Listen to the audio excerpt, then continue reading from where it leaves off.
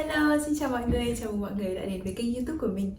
Video ngày hôm nay thì mình sẽ quay lại với một cái chủ đề mà mình rất là tâm đắc, đấy chính là chủ đề túi xách. Và trong video này thì mình sẽ chia sẻ tất cả những chiếc túi của mình mà mình đặc biệt thích sử dụng trong cái dịp mùa thu đông. Thật ra thì những cái chiếc túi này mình sử dụng quanh năm bất cứ lúc nào mà mình thích thôi. Tuy nhiên thì vào cái thời tiết mà nó hơi se lạnh một chút thì đây là những cái túi mà mình đặc biệt yêu ái hơn so với những chiếc túi khác. Và mình sẽ chia sẻ cho mọi người biết lý do tại sao nha. Ok, và cái nhóm túi đầu tiên mà mình muốn nói đến thì đấy chính là những chiếc túi mà có tông màu trầm và ấm. Khi mà thời tiết chuyển thu đông ấy và trời se lạnh ấy thì cái cảm giác không gian xung quanh nó cũng có một cái màu xám, đúng không? Không chỉ thời tiết lạnh mà cái màu sắc nó cũng có một cái tông lạnh nữa luôn. Thế cho nên là mình thích sử dụng những cái món đồ, những cái món phụ kiện mà nó có cái tông màu ấm ấy để tạo một cái cảm giác ấm áp và có một cái sự tương phản với lại cả cái không gian quanh mình. Thì ở đây mình có 3 cái nhóm màu. Đầu tiên thì là nhóm màu caramel hoặc là màu dark beige. Đây thì thường là những cái tông màu nâu sáng hoặc là kiểu màu gọi là hơi ngả vàng và sẫm như thế này, màu nâu vàng sẫm như thế này. Thì chiếc túi Chanel 19 này mình cũng đã có unbox ở trên kênh của mình rồi. Đây là một cái màu mà mình mê từ những cái ngày đầu mà Chanel giới thiệu cơ. Và cái tông màu này thì hoàn toàn không phải là một cái tông màu mà mới trendy năm nay. Nó đã gọi là rất được ưa chuộng trong khoảng 2 năm trở lại đây rồi. Và mình nghĩ là thậm chí trước đó thì cũng rất là nhiều người thích những cái màu kiểu như này cho thời tiết mùa thu. Cái màu này ở bên này chỉ cần nhìn thấy thôi là nghĩ ngay đến pumpkin spice latte, nghĩ ngay đến bí ngô, đến Halloween, đến Thanksgiving, không thể lẫn đi đâu được luôn. Nên là chắc chắn đây sẽ là một chiếc túi mà mình đặc biệt yêu thích sử dụng cho thời tiết mùa thu luôn.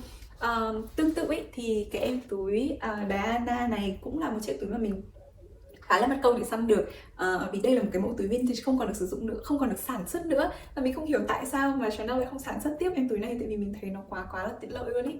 Mình rất là yêu thích cái mẫu túi này. Thì sau khi mà mình có review cái túi Diana size small của mình ý, thì mình đã quyết tâm là phải săn cho bằng được một em túi Diana mà da caviar và một cái tông màu mà nó sẽ kiểu như thế này. Mình thích cái tông màu này, hoặc là có một cái tông màu mà nó giống như tông màu chocolate luôn, chocolate brown, đẹp cực kỳ luôn ý. Thì rất là may mắn là mình đã kiếm được một em. Đây cũng sẽ chắc chắn là một cái mẫu túi, một cái chiếc túi mà mình sẽ dùng rất là nhiều trong mùa thu năm nay. Tông màu thứ hai mà mình muốn nói đến thì chính là tông màu xanh navy. Nếu mà ai có biết mình ở ngoài thì chắc chắn là sẽ biết là màu xanh nói chung và màu xanh navy nói riêng là một cái màu mà mình yêu thích từ bé đến lớn luôn. Và mình có 2 chiếc túi màu xanh. Thì đầu tiên đấy là chiếc túi Toy Lulu mình mới mua năm nay, và thứ hai thì đấy chính là chiếc túi Chanel Classic size Jumbo. Túi này thì mình có feature ở trong cái video review chiếc túi Chanel Classic của mình. Còn túi này thì mình cũng có video unbox ở trên kênh của mình nữa luôn. Cả hai chiếc túi này mọi người có thể thấy là nó có cái tông màu na ná nhau, đúng không? Nó không quá sẫm, thế nhưng mà chắc chắn là nó cũng không kiểu dạng màu xanh mà kiểu sáng, kiểu pastel. Tại vì mình nghĩ là cái tông đấy thì nó sẽ phù hợp với mùa xuân hè hơn, đúng không?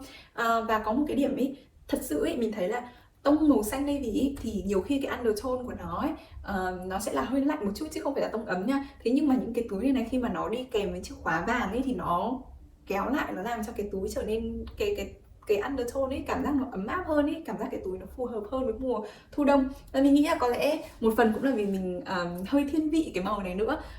Thế cho nên là đây sẽ là 2 chiếc túi màu xanh mà mình cũng sẽ sử dụng rất là nhiều trong năm nay. Và cuối cùng một cái tông màu mà mình thấy rất là nhiều người yêu thích trong cái thời tiết se lạnh thì đấy là tông màu đỏ burgundy. Đối với cá nhân mình ý, thì mình thấy là màu đỏ, bất kể là sắc đỏ gì nhá, từ đỏ tươi cho đến những cái màu đỏ burgundy này, rất là khó để tìm một cái mà nó phù hợp với lại cả tông da của mình nhá.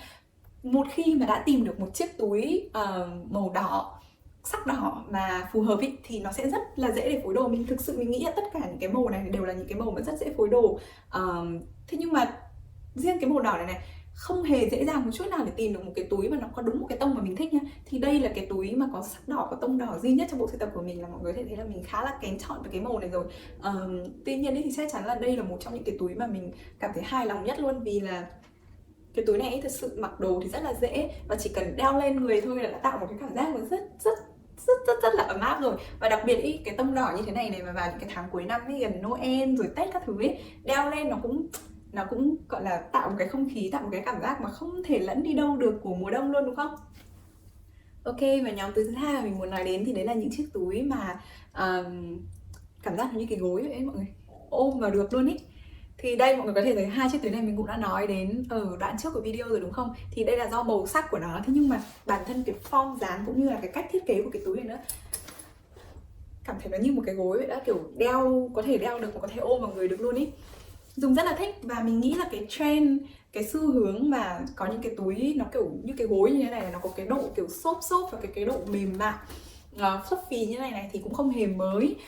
Rất là nhiều những cái nhà mốt khác họ cũng có những chiếc túi tương tự và mình sẽ để một vài những cái hình ảnh ở trong video này nữa. Đối với chiếc Lulu của YSL ấy thì họ có rất là nhiều size nữa. Size này của mình là cái size bé nhất vì thật ra là mình là người không mang quá nhiều đồ khi mà ra đường. Thế nhưng mà mình nghĩ là nếu mà ai mà thích ý, thì mọi người có thể xem và tìm hiểu ấy, họ còn có những cái size to hơn ấy, và những cái size to hơn thì nó còn kiểu squishy hơn, nó còn kiểu gọi là mềm mại êm ái hơn và giống một cái gối hơn như thế này nữa cơ. Và ngoài ra thì mình còn có một chiếc túi Louis Vuitton Cousin, mình không biết đọc như nào cho chính xác về cái tên của nó nữa. Nhưng mà đây mọi người có thể thấy là cái thiết kế của nó cũng cái kiểu da lam skin, xong rồi mềm mại, nó có một cái độ kiểu xốp xốp ý, vừa đeo vừa ôm cũng rất là thích luôn ý. Mình rất là thích đeo cái túi này. Nó có một cái dây xích này đây, một cái xích của nó nặng luôn đấy mọi người ạ. Nó có cái phần dây xích kiểu đeo để đeo ngang vai như thế này này, và khi mà đeo ấy, cái cảm giác mà kiểu cứ ôm cái túi này vào ấy, thích cực kỳ luôn ý.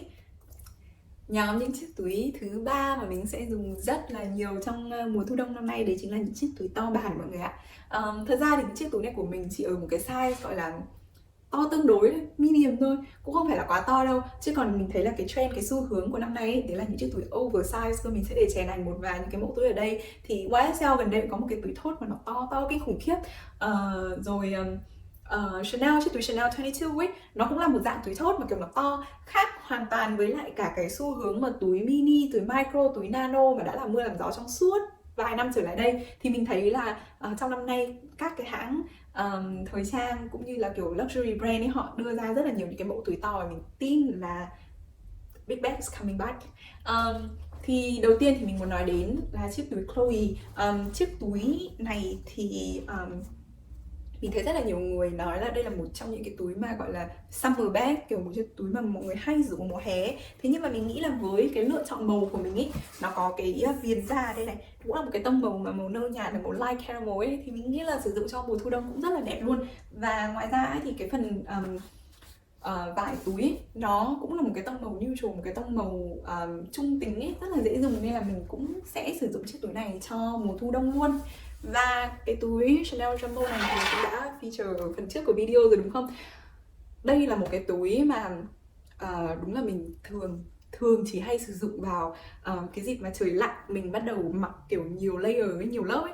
Vì thật sự ấy, là những cái túi to ấy, nếu mà khi mà mình đeo vào mùa hè ấy, cảm giác nó sẽ hơi overwhelm một chút, nó hơi kiểu che chắn hết cả người mình ấy. Thế nhưng mà khi mà mình mặc với những chiếc áo khoác rồi kiểu áo len, nói chung là cứ nhiều tầng nhiều lớp đi, nó kiểu nó độn lên ấy, thì trong cái túi so với cái cơ thể, so với lại cả cái tỷ lệ cơ thể của mình ấy, thì nó nhìn nó cũng phù hợp hơn, nó cũng vừa mắt hơn. Thế cho nên là đấy là lý do vì sao mà thường những cái túi to như thế này thì mình thường đợi đến kiểu ít nhất là đến mùa thu thì mình mới hay sử dụng.